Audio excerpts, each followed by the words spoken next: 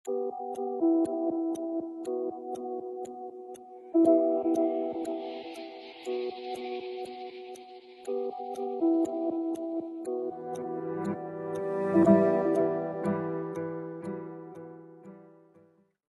with the fans.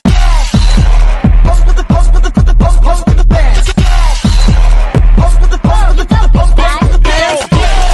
Pose with the fans. Pose with the fans. Pose with the pose with the pose pose with the fans.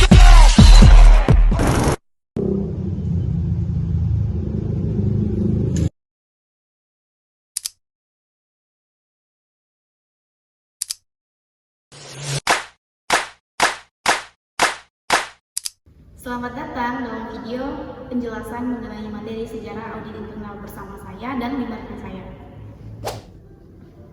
Namun sebelum itu kita harus pahami dulu apa itu audit internal. Audit internal merupakan suatu bentuk penilaian yang independen pada suatu organisasi untuk menilai dan mengevaluasi aktivitas organisasi sebagai bentuk jasa yang diberikan bagi organisasi. Nah, itu dia sedikit penjelasan mengenai audit internal. Selanjutnya, mari kita dengarkan penjelasan dari rekan saya mengenai sejarah audit internal. Baik, audit internal sudah ada sejak zaman kuno. Pada masa Mesopotamia sekitar 4000 sebelum Masehi, orang-orang sudah memiliki sistem pencatatan keuangan sederhana. Para pengawas yang bisa disebut auditor awal bertugas memastikan bahwa pencatatan tersebut akurat dan tidak ada penyalahgunaan. Catatan sejarah mengenai peradaban Mesopotamia ini menunjukkan adanya tanda-tanda kecil yang dibuat di samping angka-angka transaksi keuangan. Tanda seperti tanda titik, tanda silang, dan tanda centang yang ada pada saat itu merupakan potret dari sistem verifikasi yang telah dijalankan. Seseorang menyiapkan laporan transaksi, orang lain akan memverifikasi atau memeriksa laporan tersebut. Kontrol internal, sistem verifikasi, dan konsep pembagian tugas kemungkinan telah dilakukan pada masa-masa itu. Kemudian, di masa Kekaisaran Romawi, audit mulai lebih terstruktur, terutama untuk mengawasi keuangan negara pada abad pertengahan. Gereja juga menggunakan auditor untuk memastikan dana gereja digunakan sesuai tujuan. Jadi bisa dibilang fungsi awal audit internalnya itu untuk berfokus kepada kejujuran dan akurasi. Lalu bagaimana perkembangan audit internal di era modern saat ini? Lalu kita menuju ke rekan saya yang kedua. Ya, jadi pada abad ke-19, seiring dengan pertumbuhan revolusi industri, banyak perusahaan besar mulai bermunculan. Akibat dari pertumbuhan ini menciptakan kebutuhan mendesak akan audit internal yang bertujuan untuk memastikan efisiensi operasional serta memastikan tidak ada kecurangan yang terjadi dalam laporan keuangan. Meskipun begitu, konsep audit internal seperti yang kita kenal saat ini baru mulai mendapat perhatian serius pada abad ke-20. Salah satu tonggak penting dalam sejarah audit internal adalah pembentukan Institute of Internal Auditors pada tahun 1941. Sejak saat itu, fokus audit internal tidak hanya terbatas pada aspek keuangan, tetapi juga meluas untuk mencakup manajemen risiko dan tata kelola perusahaan yang lebih baik. Perkembangan ini menunjukkan bahwa audit internal telah bertransformasi menjadi fungsi yang lebih strategis dalam organisasi, berperan penting dalam pengambilan keputusan dan peningkatan kinerja perusahaan secara keseluruhan. Dengan semakin kompleksnya lingkungan bisnis dan meningkatnya tuntutan akan transparansi, peran auditor internal menjadi semakin vital dalam membantu perusahaan menghadapi tantangan dan mengelola risiko secara efektif. Jadi fokus yang luas itu sangat relevan dengan dunia bisnis saat ini. Lalu kita ke rekan saya yang ketiga, yaitu Alfi. Bagaimana dunia akademis melihat transformasi audit internal saat ini?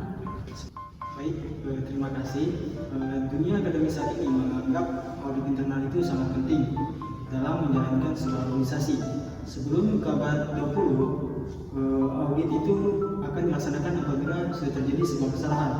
Namun berbeda dengan sekarang, audit itu lebih bersifat proaktif. Ini berarti bahwa audit tidak hanya menunggu masalah muncul, tetapi juga berperan aktif dalam membantu organisasi merencanakan strategi dan memastikan kelangsungan bisnis.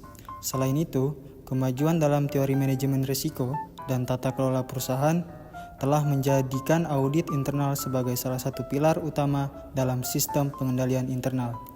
Audit internal kini berfungsi untuk mengidentifikasi potensi risiko sebelum menjadi masalah besar dan memastikan bahwa semua proses dalam organisasi berjalan dengan baik. Dengan demikian, peran audit internal semakin penting dalam menjaga kesehatan dan keberhasilan suatu organisasi. Aldi, apakah perubahan ini juga dipengaruhi oleh perkembangan teknologi? Ya, tentu saja teknologi telah mengubah cara kerja audit secara signifikan. Mungkin pembahasan detailnya saya serahkan kepada rekan saya. Baik, terima kasih. Jadi dengan adanya sistem teknologi seperti Big Data, kecerdasan buatan AI, dan pembelajaran mesin, kini proses audit internal itu dapat lebih menjadi efisien dan akurat. Kemudian auditor sekarang dapat menganalisis data dalam jumlah yang banyak hanya dalam waktu yang lebih singkat, memungkinkan mereka mendapatkan informasi dengan lebih cepat dan tepat. Selain itu, sistem Enterprise Resource Planning seperti SAP dan Oracle memberikan kemampuan kepada auditor untuk memantau transaksi secara real-time, sehingga mereka bisa segera mendeteksi masalah atau ketidakberesan yang mungkin terjadi. Namun, meskipun teknologi membawa banyak kemudahan, ada juga tantangan yang harus dihadapi. Salah satunya adalah ancaman keamanan siber yang dapat membahayakan data perusahaan. Selain itu, auditor perlu terus memperbarui keahlian mereka agar bisa memanfaatkan teknologi terbaru dengan baik. Hal ini penting agar mereka tetap relevan dan mampu menghadapi berbagai perubahan dalam dunia audit yang semakin kompleks. Dengan demikian, meskipun teknologi memberikan banyak manfaat, penting bagi auditor untuk tetap waspada dan siap menghadapi tantangan yang ada. Jadi, teknologi bukan hanya alat, tetapi juga tantangan yang harus diatasi. Rekan saya yang selanjutnya yaitu Angga. Apa kira-kira masa depan audit internal? Nah, jadi masa depan audit internal sangat tergantung pada kemampuan untuk beradaptasi dengan perubahan, terutama dalam hal teknologi. Saya percaya bahwa peran auditor internal sangat akan menjadi semakin penting dan strategis. Mereka tidak hanya akan bertugas untuk memastikan bahwa laporan keuangan akurat, tetapi juga akan membantu organisasi memahami berbagai resiko yang kompleks yang mungkin dihadapi.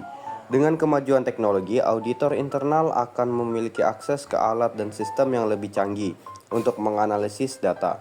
Hal ini akan memungkinkan mereka untuk mengidentifikasi masalah lebih awal dan memberikan solusi yang inovatif untuk mengatasi tantangan yang ada. Misalnya, mereka bisa menggunakan analisis data untuk menemukan pola atau tren yang bisa menandakan potensi risiko. Selain itu, auditor internal juga akan berfungsi sebagai penasihat bagi manajemen, membantu mereka membuat keputusan yang lebih baik berdasarkan informasi yang akurat dan terkini. Dengan demikian, peran auditor internal akan meluas dari sekadar pemeriksaan keuangan menjadi bagian integral dari strategis organisasi untuk mencapai keberhasilan jangka panjang. Adaptasi terhadap perubahan ini akan sangat penting bagi auditor internal tetap relevan dan efektif di masa depan. Demikianlah penjelasan mengenai materi kami yaitu sejarah audit internal. Saya ucapkan terima kasih kepada rekan-rekan saya yang telah menjelaskan materi tersebut. Saya ucapkan terima kasih. Bye-bye.